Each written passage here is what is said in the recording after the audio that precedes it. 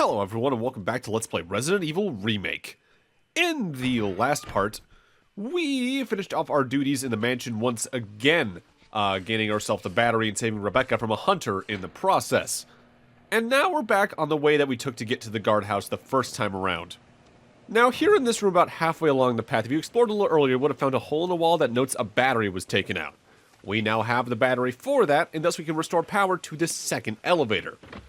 This is important because this actually takes us right back toward the door we entered this entire area in, but from the side rather than from the front. And what's important about that is that allows us to access that room while the water that we use the square crank to remove from that one little lake is still in it by using the square crank in that area again. That will open up a new passageway in that central area right there. Something about this specific loop around and usage of a key item to open up a new area has always been very fascinating to me. To the point where, if memory serves, it also got some pretty decent focus compared to some of the other puzzles in the game. In the novelizations by Perry, I want to say.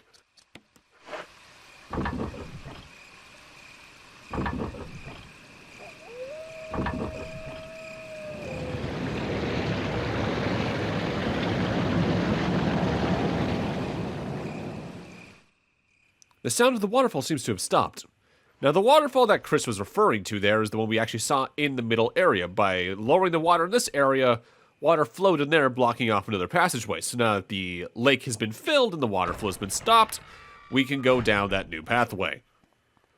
I think you can investigate the waterfall beforehand, and you'll get a comment about it looks like there's something back there, but the water pressure's too high or something along those lines. But you can still see that it's there no matter what. You just can't access it at the time. Moments like this, though, really do make me hope we eventually get another game in this styling from the franchise, even if it's like a non-core numbered game spin-off.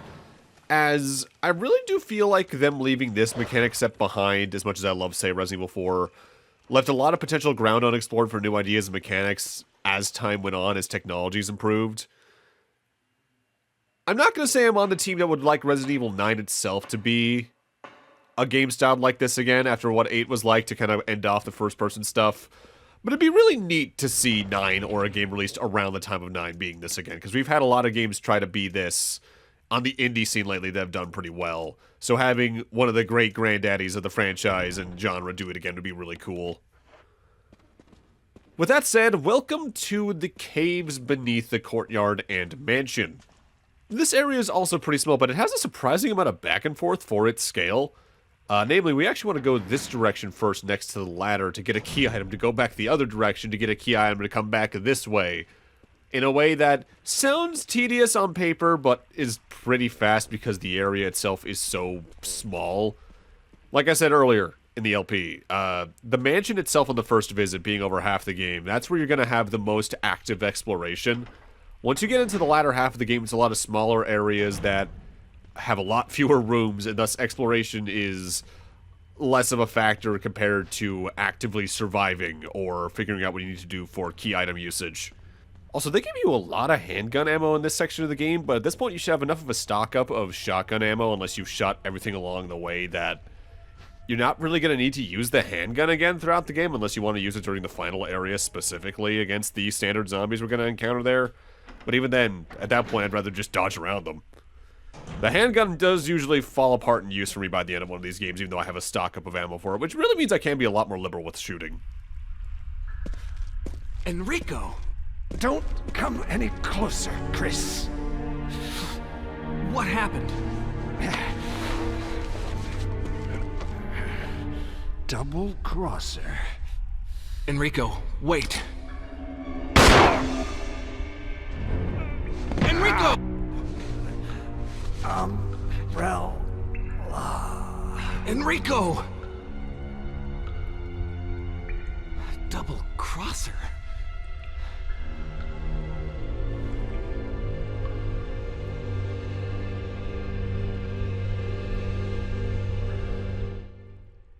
That's one of the more S.T.A.R.S members down for the count.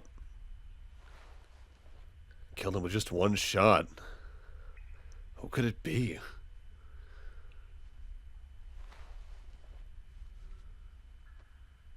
Wait, he's holding something.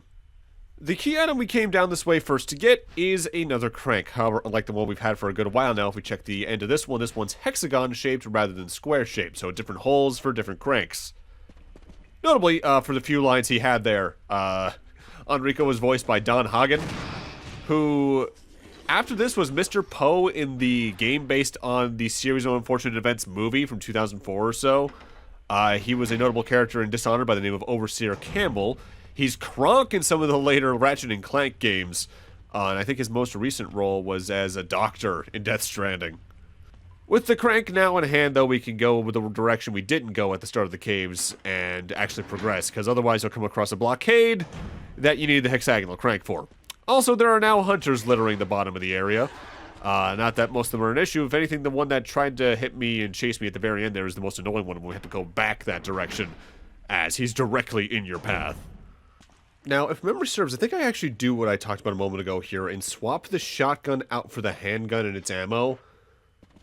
That's just me being more safe and conservative for the LP's sake, so I don't really screw up my save file. Honestly, on a more casual run, I'd be a little riskier here, actually. I would just take no weapons with me for the inventory space. As there's a couple of items we can grab along the way, but also, again, not many of the enemies are really that worth fighting to me. So, right, here's where we need to use the crank.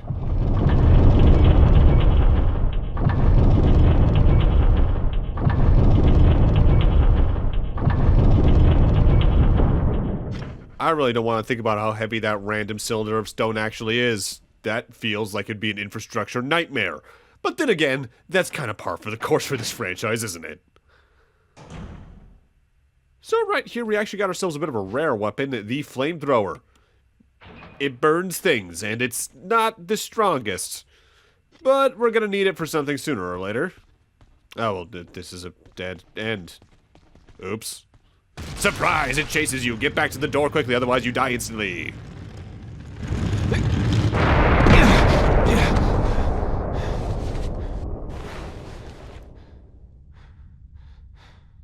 I found that to be a dick move the first time I played the game, but I'm so used to it now that I can't help but laugh at it for some reason.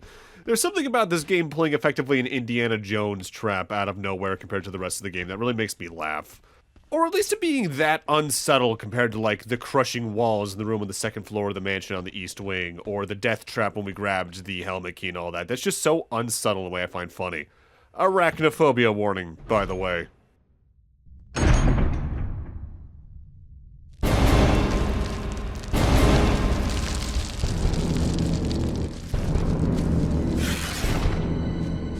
Next boss fight is the Black Tiger. This is a stronger variant of the spider enemies we've seen throughout the game, and it can still poison you, I believe. With that said, you don't have to fight this thing at all. You can either use the flamethrower to burn the webs on the door away, you can hack at them with a survival knife, either the one you had at the start of the game or one that's also located in that same room, or you could just shoot it with magnum bullets until it dies, but I think that's kind of a waste, honestly. Not a very annoying boss fight. And even then, just use up all the ammo you need for the flamethrower, because we need to use it right here as an actual way to open this nearby door. Something about that boss fight's always felt like such an afterthought, because even in the original game it's treated as something threatening, but it's, I think, basically no stronger than the original spiders in the original game. Future me, double check the numbers on that, probably. So now we need to once again use the hexagonal crank to turn this corridor around, but we actually need to do this 3 times because we want to get the opening to be on the side of the wall on the left side of the screen, as there is a door down there. With that said, be wary. The moment we use this a 3rd time and move forward slightly, the boulder down the hallway does activate and try to crush you again, but this time you need to duck into the doorway where we were already heading to, so it's not nearly as dangerous feeling. And we're safe. That wasn't threatening at all. Now, of course, Remake here is quite the visual leap over the original game universally, especially atmospherically, as I brought up before. But I do think the caves probably benefited from the upgrades the most, if only because the walls in the original cave to me always felt like they were some weird polka dot pattern tile rather than actual organic rock. This room's a pretty straightforward puzzle, but it does take a little bit just due to the speed of pushing objects in the classic Resis. What we gotta do is get the statue I'm pushing into the hole on the wall it's facing. With that said, it needs to be facing outwards in order to actually, solve the puzzle. We need to push in front of that part of the wall and use the hexagonal crank twice here, once to push it out and once to withdraw the wall back in while leaving the statue where it is. From there, we need to push the statue onto that dial in the center of the floor. That will rotate it 90 degrees. We then need to push it off and back on to rotate it another 90 degrees and then push it into place. It's more interesting than what I remember them doing here in the PlayStation version because I think they actually added some steps here, but ultimately it's not that changed. In the meanwhile, let's talk about the next couple people I want to bring up from the game's development staff, namely the secondary composers and arrangers that assisted Shusaku Uchiyama. They are Makoto Tomozawa and Misao Senbongi. Starting with the latter of the two because their credits list is much shorter, Senbongi started with Farland Saga and Tilk on PC and PlayStation respectively back in '97 on the sound team. They were a secondary composer for Devil May Cry, then they worked on this, and then they were a lead composer on the original Resident Evil 4. Any credits they have after that are just re-releases of that in Devil May Cry 1. Makoto Tomozawa, on the other hand, started with an uncredited sound designer role in Dr. Wily's Revenge, the first Game Boy Mega Man game. They were then a composer for Mega Man X1 as Tomuzo. They went uncredited in The Great Circus Mystery starring Mickey and Minnie. Mega Man 7, they were a composer. Resident Evil 1, they were a composer. Mega Man Legends, Dino Crisis, Resident Evil 2, Dino Crisis 2, Mega Man Zeros 1 and 3, albeit they were special thanks in the case of 0-3. Dragon Ball Z Burst Limit, they were on sound staff. Street Fighter Cross, Tekken, Ultra Street Fighter 4, they were a dialect coach. And they're still in the audio industry, in the game industry to this day, working on Sword Art Online, Fatal Bullet, and Fractured Daydream. So our reward for doing that puzzle is a cylinder, which is a hole that has little markings carved on the side of it. That is 1/2 of our key for this area, effectively. And we've been able to get the second half for a little bit now. I just didn't grab it earlier when I could have, as I knew I needed to get this half first. Plus, grabbing them in this order allows me to do one more pass at the item box in the case I need to store anything extra away and all that. While we're on the way back, which, by the way, Black Tiger is still alive in that room, so when we re-enter, we do have to avoid that spider again. Let's talk about the next couple people I want to mention in the development team, namely the sound designers. Hideki Utsumi and Yoshito Kato. Yoshito Kato started with this game as a sound designer. After this, they were a sound designer for PNO3, they were a guitarist for Beautiful Joe 2, they were a sound designer for Resident Evil 4 on basically all versions. Sound designer for Monster Hunter Freedom 2, Devil May Cry 4, Operation Raccoon City and Revelations, they were an audio support and director. And they're still working on Resident Evil to this day. By RE7, they were a sound designer. Resi 3 Remake, they were a sound designer. And Resi 4 Remake and 2 Remake, they were also sound designers. So they really do good sound effects for this series, considering there is some really gross shit that really unnerves me in some of those later remakes. Hideki Utsumi, though, he's pretty old blood for the franchise. His first role was as a designer on the original Resident Evil, albeit from the PC version at first, but then he was more accurately credited as sound designer on the Sega Saturn release onwards. He was a sound effect designer for Clock Tower 3, sound designer for Command Mission, Special Thanks, and Maverick Hunter X and Powered Up. He was a general sound designer for Capcom by Resident Evil 5. But I believe nowadays he's left Capcom, barring being credited in re-releases of the games he already worked on, and I think he's in a band? The Elevator's Power Source. There's a round lid. Open it. In here we have a shaft. It looks familiar, that's because we can combine it with the cylinder and get our actual key for the elevator's power system to jumpstart it. With that said, before we insert it, we want to actually investigate it, because we can see there's some markings here that actively make Roman numerals for numbers. We need to rotate them until they're on top of each other to get the answer for this puzzle. Effectively, this comes out to give you the solution 4, 2, 3, 1, which was going to be the order that we need to press the switches in when we actually insert the starter key here. So insert it, powers on, and press the fourth, the second, the third, and the first buttons in order, and power will be restored to the elevator, allowing us to access the next section of the caves. Now, one other thing about Hideki Utsumi.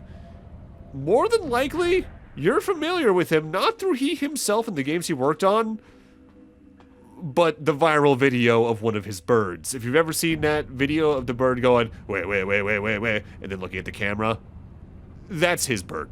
I love that bird dearly.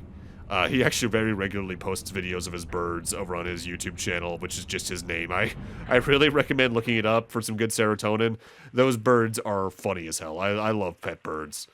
So now that we've used that elevator, we've actually once again skewed from the source material and are now in a new part of the caves. And you want to be careful, because it's time to re-encounter an old friend we haven't seen in a while. That clanking wasn't just anything. It's good old LT here once again, and she'll still kill you in roughly 3 shots. She does move pretty slowly though, so you can roam around here to get to the other doors pretty easily. And you can even grab these red and green herbs and combine them to have a healing item on hand in case she does manage to thwack you once really good. I want to say the way this room technically works is that she appears at a certain point, but I think she'll also appear at whichever area you turn to first in this circle. So say if I went right, she would have appeared right first, I think. With that said, she's not exactly a threat here. She's actually a lot less threatening here than she was in her own house, if only because it's a wider area and there's more room to get around her. So our goal in this room is to push the box at the bottom of the screen onto the elevator, which will actually take it back to the first room in the area. Why? Well, that has to do with escaping the area where LT is currently wandering. Thankfully, she never follows us into any of the surrounding rooms. If you look around in that room, you'll find a switch that'll open up another mount of sorts for a flamethrower, but we don't have one on us, and there's a door that's locked next to that. This will help us alleviate that issue.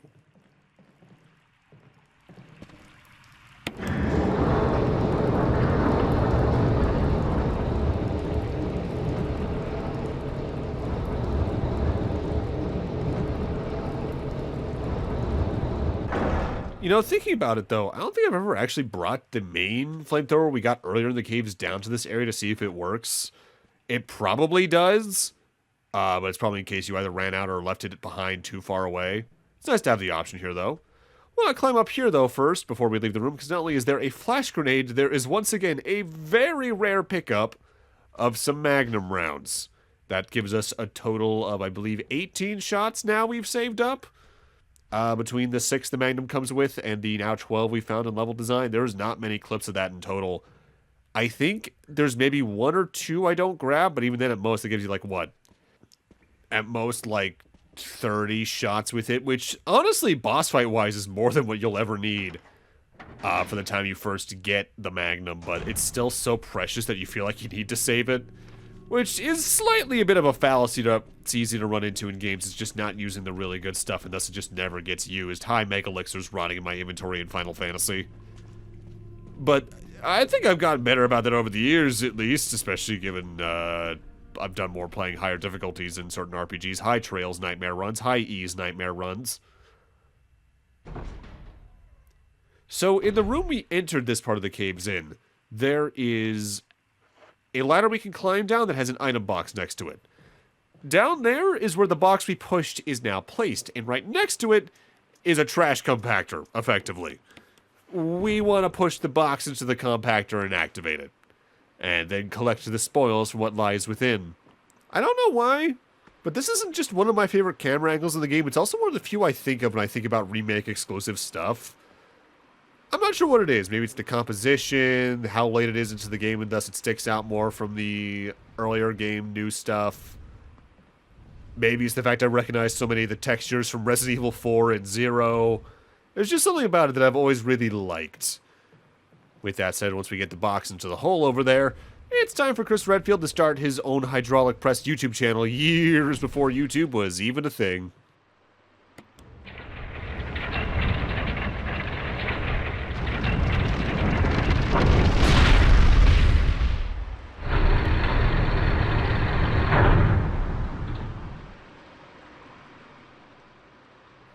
That was nowhere near as satisfying as those videos seem to be.